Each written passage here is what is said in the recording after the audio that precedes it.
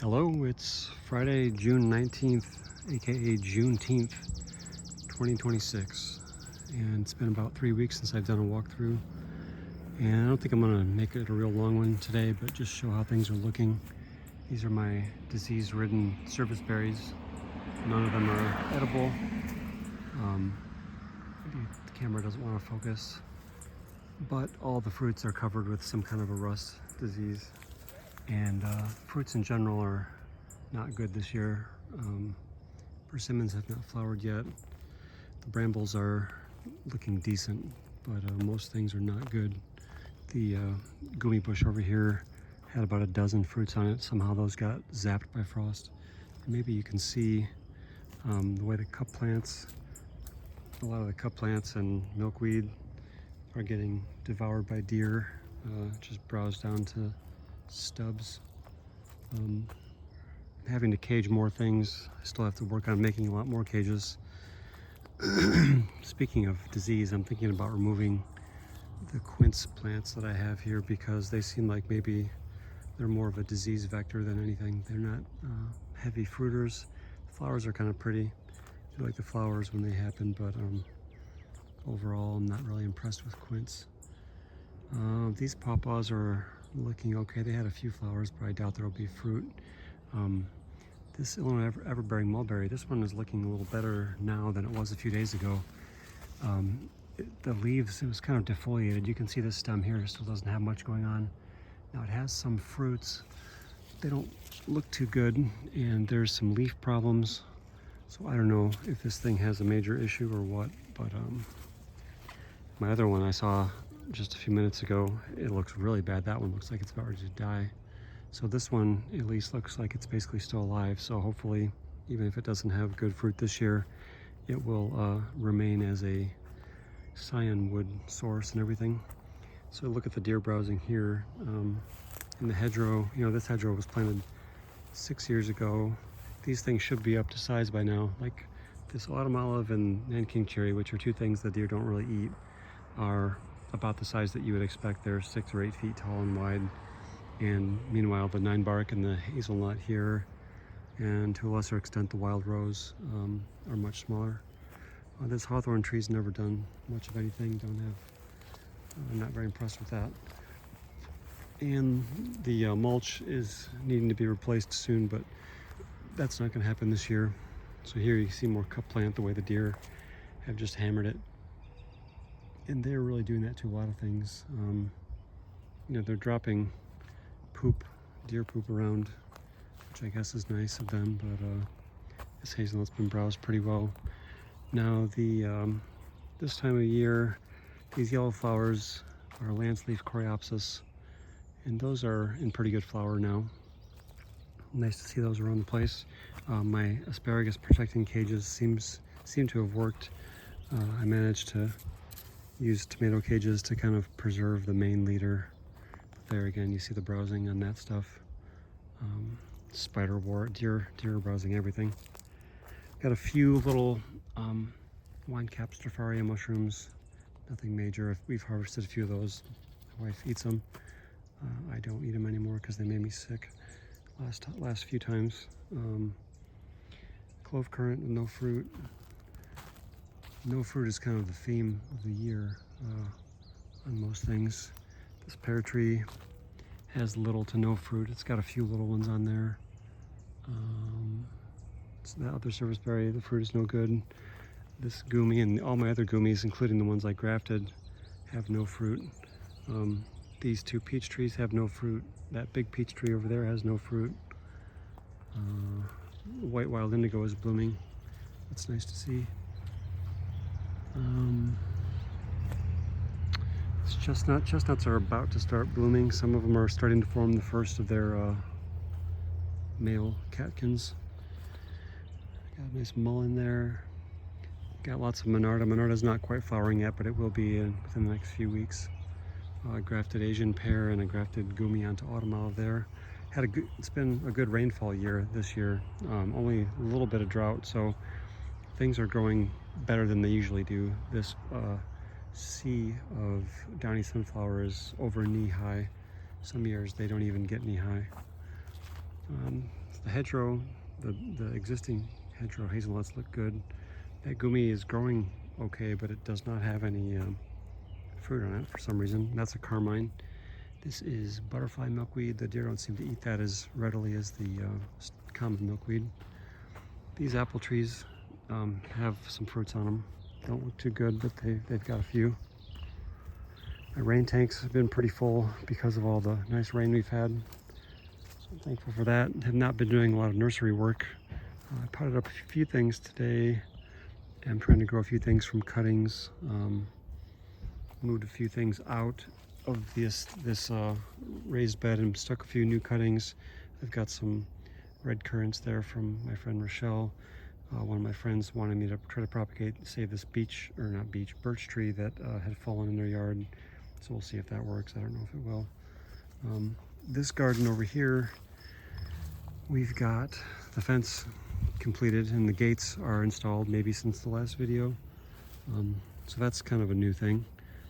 Elderberries, this European one, Hochberg, is later than most of them. Most of the ones in my other garden are already have flowered or they're in full flower right now. So in here, now that we've got the fence, this flame willow is growing back freely. My little red currant from my friend Russ, hoping to get that to be more than a little sprout. We've got some honeyberries, different currants, red currants. I've got a bunch of cuttings over there of elderberry cultivars and some currant cultivars. Here's a honeyberry. I got some weedy buckwheat vine thing that's pretty annoying. Over here I just stuck more cuttings of currants and elderberries a couple days ago. See if those take. So I've repurposed my old gate from my other vegetable garden next door, and it's serving. It's not really connected with a hinge, but it'll serve for the moment. Turkish rocket seems to not make too many fertilized seeds, but they do have some. I'm going to try to propagate more of those this year because I like that species and I'd like to have a lot more of them. I don't really know if deer eat them that much. It seems like maybe they don't bother them too much. But now that this garden is fenced, you see some little asparagus. There's one over there. There's about half a dozen asparagus in this garden that will now be able to grow freely. Rugosa rose, nice, just kind of plain but nice smelling classic rose scented flowers. My Chinese tune tree totally died to the ground. All the above ground growth, which was probably 10 or 12 feet tall before, died back. So this is the new stuff sprouting up. And actually it's got a few little root runners here and there. There's one over here somewhere and one over there. So may try to gingerly sever those from the mother plant and dig those up in a year or so. The brambles, these are kind of later in coming. I've been eating the first few brambles, black cap raspberries, last maybe 4 or 5 days. And so this garden, probably that's about all there is to show. There's a couple willows there that the deer will stop eating now. There's a grape over there. I pruned it back, but I've got to do some better pruning on that. There's little currants and honeyberries, and this is like an ocean of monarda in here, along with grasses and weeds, and the straw bale pieces, and then the sheet metal. I was kind of laying down trying to suppress some of the pretty thick, annoying grasses I have in here. So that said, I've started doing a little bit of mowing in the garden. Have not done a lot of mowing. Today was some of the first mowing. Actually, this is late in the season for that. My aunt has done some mowing here. Thanks to her for that. I don't know if I'm going to go over and show the pawpaw trees because I don't know if there are fruits forming and I don't want to waste a bunch of time. There's some blueberries there in the cages that probably have a few fruits on them, and those within the next few weeks will be ripe. Now here, this kind of thicket area is growing up pretty densely, so we'll kind of walk through here and see. Again, no mowing here. Got some wild grapes with some crazy ass leaf shapes. Look at these things. That's probably the summer grape. Like there's one of those over there on that serviceberry tree. This poor gumi, it's still growing. This thing got girdled pretty badly over the winter. Sorry for the camera work here. The bark got almost ring girdled, but it's hanging on. I should prune a little bit more of it off to give it a little easier time. But this is kind of a wild area back here, and I've not done any mowing, obviously. This serviceberry too, everything covered in disease. Bummer of a year for serviceberries. Back here, it's goddamn poison ivy everywhere. There's a couple of elderberries I'm trying to keep away from the deer with that brush pile. Now this little area here is growing up pretty thick with these wild goose plum. That's what all this crap is. So I need to do some selective thinning in here. I've got hazelnut, I've got the snowbank, Luther Burbank white blackberry. This hazelnut is the one that has nice crop of nuts usually, although I think it's in too much shade, but it looks like it's got a heavy fruit set this year. Last year it was light fruit set. And you see we've got some herbivory on the leaves of everything. My vegetable garden, shit, everything is half eaten by something. I don't know if it's those Asian orange beetles at nighttime, or if it is little grasshopper babies I see everywhere, or what, but it's kind of a tough year. Pawpaws usually don't get it too bad because I think their leaves are pretty distasteful to most things. They smell like, people say they smell like gasoline. They do have a strong chemical kind of odor to them. So yeah, pretty thick through here. This tulip poplar, which I did not plant, got girdled this year. This pear that I grafted doesn't look too bad. These two grafts were done last year. These are some kind of a different Asian pear. There's a little bark inlay or something there, and somewhere here there's a graft. I don't know what or where. Anyway, who cares? But there's a graft somewhere along the way there. But no fruit on the pear. Another perspective on this fencing. And here I've got a nice gumi that I grafted probably 3 years ago, at least 2 years ago, maybe 2 or 3. I should put the date I grafted it on there. And here you can see it's like a bark inlay graft, and it hasn't healed over in the most beautiful way, but it's pretty solid. And then this one is grafted somehow, some way also, but no fruit. Bummer. I was really hoping to get to try this fruit this year. They did have some flowers, but we must have had too many frosts too late. So not this year, maybe next year. So here, the overview, we've got wild black cherry, black locust, cherry, wild goose plum. We've got chestnut in the overstory with black locust. I did a little bit of mowing. Now you can't see it here, but farther up you'll see it. I started mowing along the hedgerow a bit today. Here, the wild goose plum is creeping out into the path there. That's the main sort of driving loop circle that goes around through the garden. So we'll walk through the jungle here. I like these blue, I don't know if that's a type of fescue grass, whatever it is. It's pretty ornamental. I've only got a few of them on the property, but I like them. So here we're getting into lots of mostly chestnut and black locust. That's a chestnut here. That's the Dick Winkle chestnut. Here we've got a kind of a ragged looking thing, and you'll see, maybe you'll see, I don't know how that'll show on camera, but there's like bare branches on a lot of things. Oh, I gotta zoom back into one so the sound is correct. There's like areas of branches that are just bare, usually near the top, and I don't know if that's a frost thing. And this one here, you can sort of see it too. There's like gaps where there are no leaves. And it's a pretty strange thing. I don't remember seeing that before, but I'm seeing it on multiple species. So I'm not sure if it's something to do with the winter, because that's above deer browse line, so it's not deer that are eating, you know, a certain height of leaves off. That I would expect.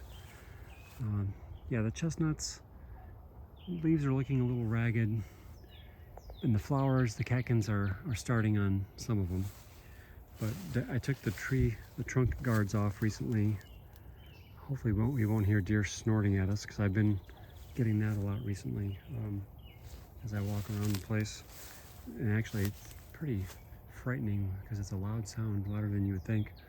and it reminds you it's kind of like an animal that could charge at you if they're pissed off. So these chestnuts at this size may have a few nuts this year. Sorry for shooting into the sky. The lighting should be a little more even than if you shoot in the middle of the day and you got the harsh sunlight. So this sad old crabapple tree, now this branch here and this branch here are grafts that I did years, probably a decade ago, with the little crappy grafting tool probably. And I had 1 year where they had some fruit, and it looks like this is going to be another year that they don't have fruit. So yeah, good thing I'm not trying to make a living off my homestead or garden here, because I would be starving and broke a long time ago. So we've had so much rain recently, but the water table, actually I don't see water in this hole, so the water table is still relatively low, which is good because we don't want things like chestnuts will die if the water table stays too high for too long. They get a root rot disease, Phytophthora. I'll probably mispronounce that, but it's something like that. I've seen the words written out more than I've ever tried to say it. So last year on this nice large sea buckthorn, I had just a very few fruits, and I don't know how soon the fruit set shows on these things, but it looks like nothing happening at the moment. I do have a few other ones that are still alive. They're not doing great. There's one there, and I think the one that was here died or something. So there's maybe only 2 or 3 other individuals. I think all these things are just root sprouts of the same one. I've not had good luck at all with that species. There's a milkweed that the deer missed, thank God. So, I want to walk over here. So this chestnut coppice area looks like nothing exciting there, although the seaberry is moving out quite a distance from its original spot. The false indigo, Amorpha fruticosa, is kind of wrapping up its bloom time, and this time of day we're not going to see much bee action, but very beautiful. Well, there's a little something there. Very beautiful and nicely fragrant flowers, these purple spikes, kind of royal purple with gold flecks. Very exotic fragrance in the garden. So you can see the lawn could stand another mow in here, but funny, I don't even care. There's a deer path there. I'm going to walk down there and pick up some extra ticks on the journey here. I did have a little ambrosia beetle damage on a few chestnuts, although I'm not really particular enough to go around and flag them and figure out what's what, but that is something that was a little bit of an issue this spring. This kind of size of tree or a little bit bigger is very attractive to the ambrosia beetles. There's a hole here, something dug. I don't see any ground wasps or hornets or whatever flying out of there, so that's good, but I'll be aware of that anyway, so I don't step into it. Prairie dock leaves. Now this area is getting overrun by stupid grasses. It used to be a lot more diverse. This is kind of a wildflower garden planted from plugs, but doesn't look like much of anything right now. 9-bark here looks half dead. I don't know what's going on with that. It is mulberry season. I haven't bothered to walk over here to these mulberries on the sort of the edge of the property. Most of these bigger ones are kind of in decline and dying off. Maybe they share their disease that they have with this Illinois everbearing, but something is pretty interesting here. So I've never seen this exactly. So this gumi graft also looks good, gumi onto autumn olive, but no fruit, of course. Now check out this Illinois everbearing. Now this didn't look this bad a week ago or whenever I walked past here last, but see what's going on. There are little fruitlets on there. Sorry for the bad. Oh shit. Oh, something dug underneath here. What do we got going on here? Wow. Something dug underneath. Oh, maybe it's a groundhog or something. So, or something, whatever likes to eat mulberry leaves. I just noticed that digging. Wow, scary. So the fruitlets are there, but all the leaves are clipped off, and they didn't, it's not a disease. There's broken branches everywhere. So something substantial in size, heavy, which groundhog would probably fit that description, unless it's a raccoon, but I couldn't really picture raccoons eating leaves of mulberry. But you know, look at this, the graft was healing over decently. You know, it was getting to the point where it's almost gonna heal over. But son of a bitch, there's like 2 leaves left on this poor thing, and it's gonna try to mature all these little fruits. So I probably should be picking these things off, because that's just way too much to ask of this tree. And I need to, I don't know, bury the cage or something, or I don't know what I can do to save this tree. But bummer, man, that is, it was looking so much better than the other one for a time, but that rascal. Anyway, so I noticed the leaf problem. I did not look carefully at the cage, so that's something to be aware of, I guess, that critters will dig under your cage. I would expect that for the fruit, but not so much for the leaves. This little chestnut is growing okay. This one's got of a good size, but the leaves are pretty ragged. And the timber chestnut here, looking, sorry for the bad camera work, I'm always looking at what I'm filming. A little bit of leaf problems here, but nothing horrific. Real handsome glossy leaves on this thing usually. And the trunk, we'll go take a look at this trunk. At breast height here, we've got to be 10 to 11 inches, which is pretty awesome. Here's some squirrel activity up in the trees.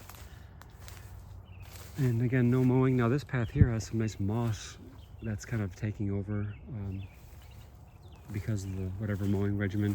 Now this chestnut tree, this is a chinkapin. You can see it's got its male catkins definitely going, and it's got some leaf problems, and this one has blight. I don't know if this, I don't think blight necessarily affects the leaves like this.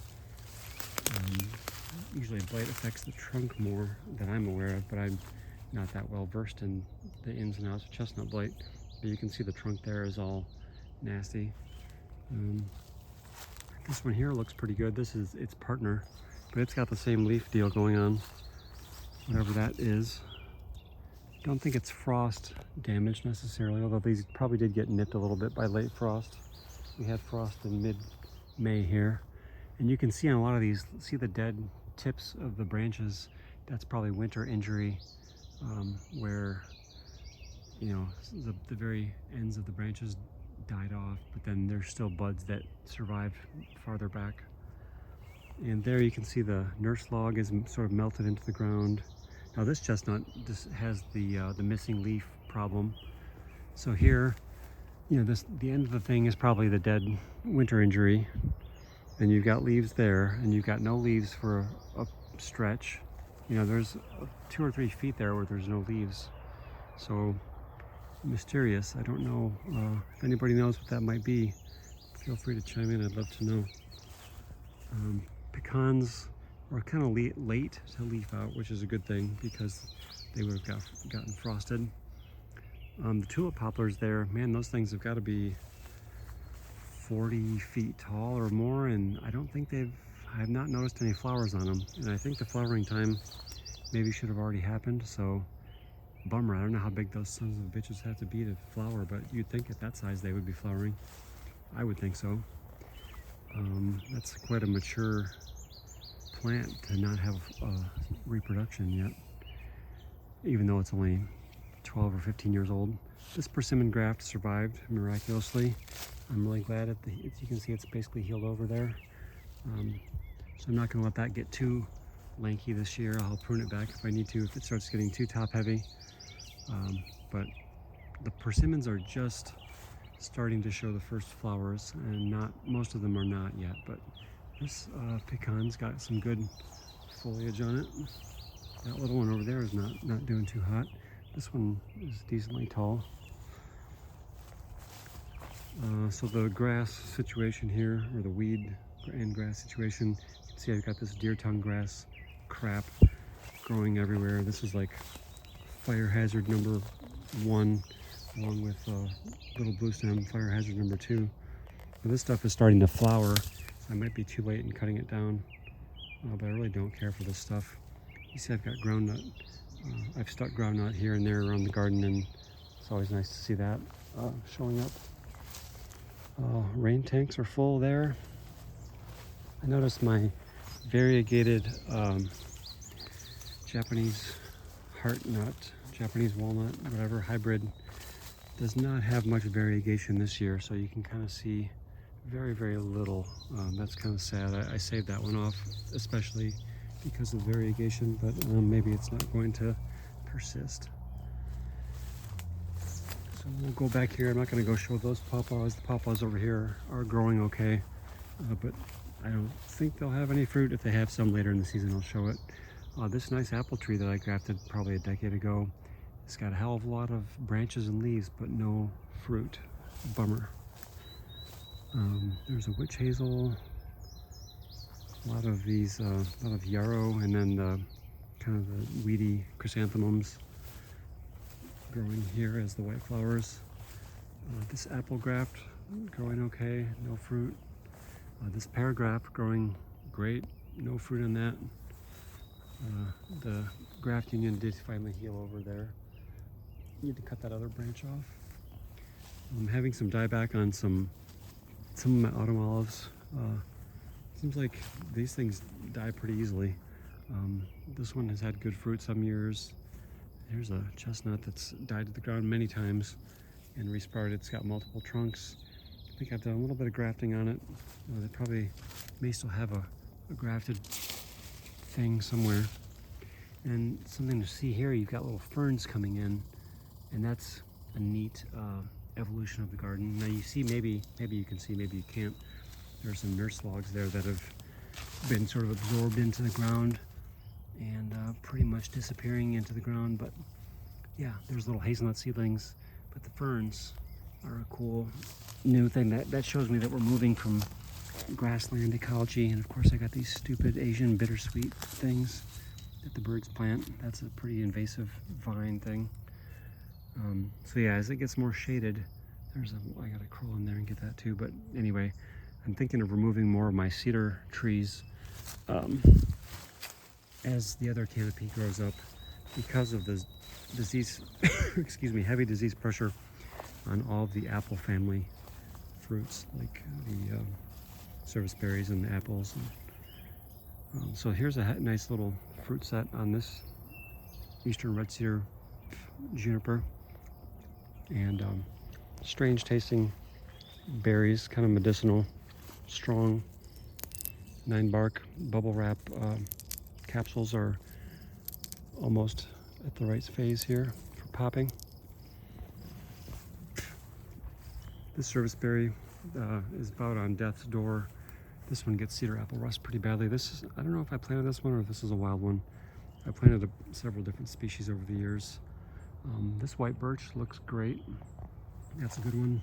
This one here is a good one. This is the heavy catkin bearer. And I think I planted a lot of them early on, but only these 4 are sort of still alive in this area. Maybe there's one down there.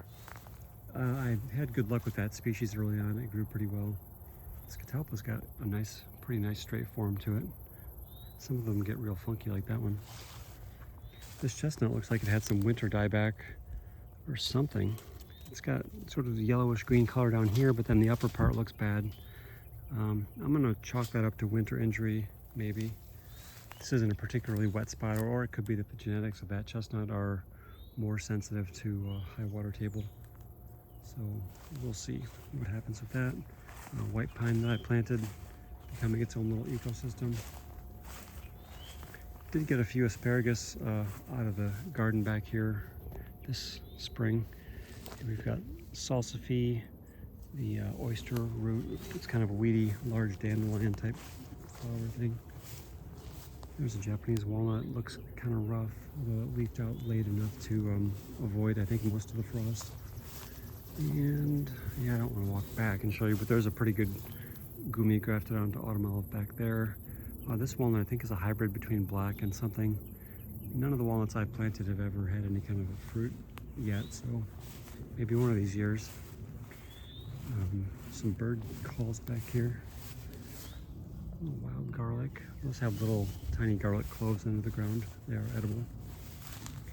I was kind of hoping for some fruit on this apple graft this year. This was done maybe 4 or 5 years ago, and they're growing pretty well. It's got double trunks in the cage that maybe both grafts took. Disease doesn't look terrible, but this was one that had nice clean fruit. It was growing by it was a street tree, and growing by the laundromat, so I called it laundromat. But what it was the rootstock of a street tree, a crabapple, and they did a stupid, horrible job of put like a PVC pipe at the bottom to protect it from the weed whacker, and that girdled the thing over the years, of course. And then the rootstock grew up, and the rootstock had really nice, clean apples on it, and they were attractive. I mean, they weren't anything amazing tasting, but just the fact that they were so clean, and you know, I don't see that in any of the apples that I grow, really, that ever get like nice, clean looking fruit. This American plum looks pretty rough. It's got a few bark issues here. I don't know what's going on there. It could be a disease, a lot of disease for the plum cherry prunus family. Wild cherry there and there. We got a thicket of wild plum here. Of course, lots of little blue stem. Pine trees, white pine, have problems with the main central leader. So the American plum's trying to creep all the way out to the path over here. Here we've got yucca. I think deer eat this. Bastards, they eat everything. So we're almost to the back of that property here. Sorry, this is getting long. This serviceberry, does this have all the disease stuff too? Yes, it does. Okay, so it was a total write-off for serviceberries this year. Not an edible serviceberry in sight. Now there are ones, I've picked ones at, you know, commercial landscaping here and there that fucking poison ivy here too. Jesus. Poison ivy everywhere. Goddamn birds love to eat poison ivy berries. Oaks, some of these oaks I planted from White Coast look great, you know, 15 years later, or 14 years later. That one looks good, and this is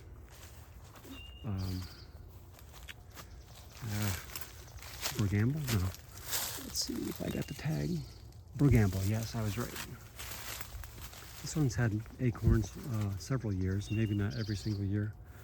And then back here, I need to come back with some new cages and re-cage or upgrade the cages on these chestnuts that I planted, because you can see the newer tree tubes I bought a few years ago from Gemplers are garbage. They just biodegrade, photodegrade within a matter of a few years. Whereas the ones I used to buy from the conservation district would last at least 5 years, if not 6 or 7, you know. So maybe they changed the formula. They don't put lead or whatever in them anymore. So anyway, they don't last, and they're crap. So back here, there are a few birches on the fence row there in the back south edge of the property. That sort of persisted over the last decade, just barely. And they're growing now. And some chestnuts and things I planted back here definitely need new cages, or they need cages, period. Same with these hazelnuts. The deer just murder hazelnuts nowadays. In recent years, they never used to bother them. So yeah, autumn olive with some dieback. Maybe that's the same disease that's killing my other autumn olives. I mowed back here some today, so I mowed around these poles, and the hedgerow you can see is pretty poor. Not doing too hot because of deer browsing. So things that the deer don't eat, like Nanking cherry, are sort of the size I would expect. Here's a smaller one. The reddish growth from the serviceberry is interesting. But yeah, the hazelnuts are getting nailed. 9-barks are getting nailed. Nanny berries. Almost everything except the Nanking cherry and autumn olive are pretty heavily browsed. Now these bigger bushes are older ones that didn't get bulldozed 6 years ago. So here, this 2/3, you can sort of see where I mowed here. From here over is not mowed. So not a lot of rampancy of growth in the grass and the weeds here. It's pretty poor, dry soil. And so this is the persimmon area. I've got maybe 60, 70 persimmons back here, and I've gone through and flagged some.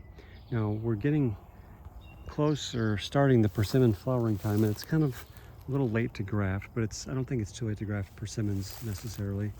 Actually, you don't want them to grow too much the first year. But the ones that are flagged are potential, for grafting. So this is a graft from a couple years ago, and this is maybe Proc. It's one of the more common varieties. And you can see there, the graft is basically healed over. It's got just a bit. I pruned this one back pretty harshly a couple of times last year, and a little bit of winter dieback maybe. You see a couple dead stems here and there, but amazingly this survived. I was really worried that a lot of my grafts were going to perish over the winter. I think that one there is grafted. There's a few that are already grafted that are surviving, and you can see I put in like mega wood chips here. And the, what do they call it, this bramble dewberry is growing right through the wood chips, of course.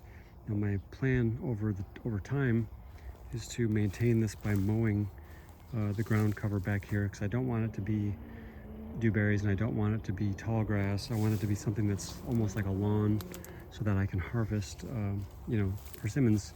When they're ripe, they shake down from the tree, and you have to pick them up off the ground. So with that in mind, it's got to be amenable to, here's a female persimmon flower here. Maybe you can see at the beginnings of it there. Still green in that phase. There's a few of them that are turning white or cream colored. That's kind of the later, when they're actually fragrant and producing something. The green phase is a little earlier. So yeah, grafts that I've done are not super well marked. Nice red foliage on that one. A little bit of deer browsing on persimmons, not horrible. I think this is a weird graft. Now that looks bad. That does not look cool, but it's still alive. So hopefully I should take the pruners and try to narrow that down a bit. But that's a little precarious, but that is still surviving. Now this is amazing to me. Look at this nice green growth on top, and look at this bark. This looks like crap. It's got spider webs and stuff in there. I don't know what, if this is Southwest injury or what, but it's pretty bad. Actually, it's pointing to the southeast more than southwest. Now, it's definitely not weed whacker or something, because I don't do that sort of thing, especially around my trees. So something, maybe it got girdled by something in the wintertime. But man, it's cracked all the way up. It looks pretty rough. So if that can outgrow that, I'm gonna just leave this and I'm gonna kind of assume that it's a goner and sort of write it off. But who knows, it may pull through and surprise us. But this is, what I'm hoping for, is the grafted one there. And then there's some real small ones over there, but yeah, you'll see some that are flagged as graftable. Now this is probably a root sucker here. That wouldn't be graftable for another year or two, but I'm gonna, manage, because these are planted pretty tight spacing. You've got a tree every 6 to 8 feet probably, in some cases maybe even closer than that. So that's pretty tight as far as the spacing of a producing fruit tree. So I'm gonna have to manage these a bit for size, and not let the suckers grow up and become a real jungle back here. So ones that have actually fruited before, there's only maybe a couple. That bigger one there has fruited. Sorry for the noise. Amtrak. Yeah, again, service berries with a wrecked crop of fruit.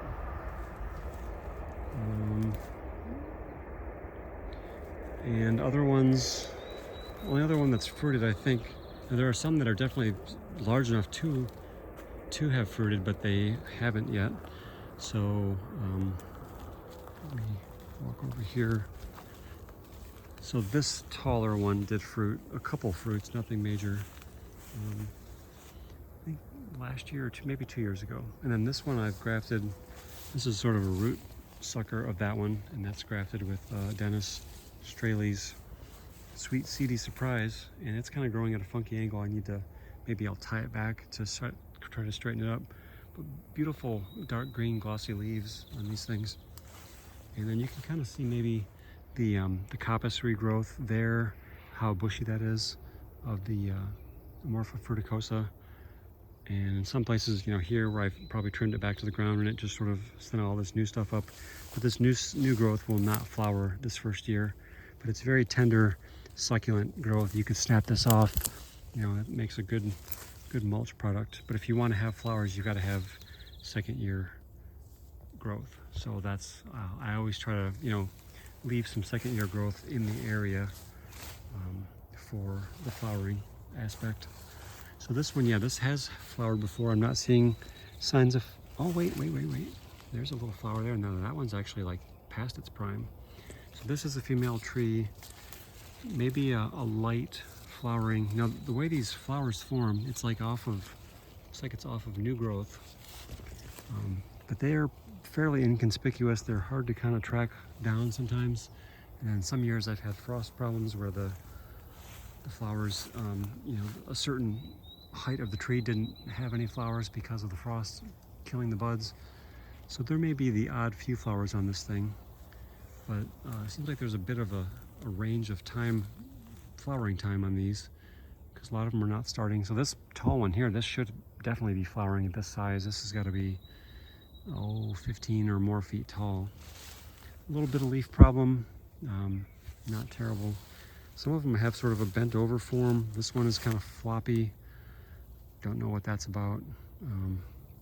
But I was kind of waiting a little bit to graft so I could see if some of these adolescent aged ones, you know, maybe they're going to flower for the first time, and if I could see if they're male or female. If they're male, I would definitely not feel bad about grafting them, but if they're female, you know, maybe it's kind of a wait and see thing on what's the fruit quality going to be like. Now, if you're grafting high, I think grafting high helps actually a little bit with the cold injury problem. So you're maybe less likely to lose them if you graft them a little higher. So this one has got kind of a weird umbrella shape. I don't know what that's about. But this one's a nice, tall, straight one. But yeah, I'm looking for flowers in all the wrong places and not seeing too many of them. So this one, you know, at this size, it's 8 or 9 feet tall. It could have a few flowers. We'll see, you know, but this is a candidate for grafting. If I were going to graft it, you know, I might graft that main stem like six feet off the ground. That way the lower branches can maybe still have time to show me what they're all about later on. So this Amorpha, you can see I left a few big branches for flowering, and then I probably cut off 80% of them.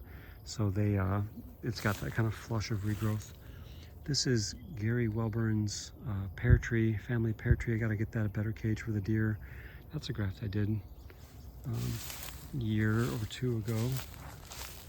And this little weird regrowth is from deer browsing. That's not, it looks kind of like flower structures, but I think those are just new leaves coming out where the deer have hit it.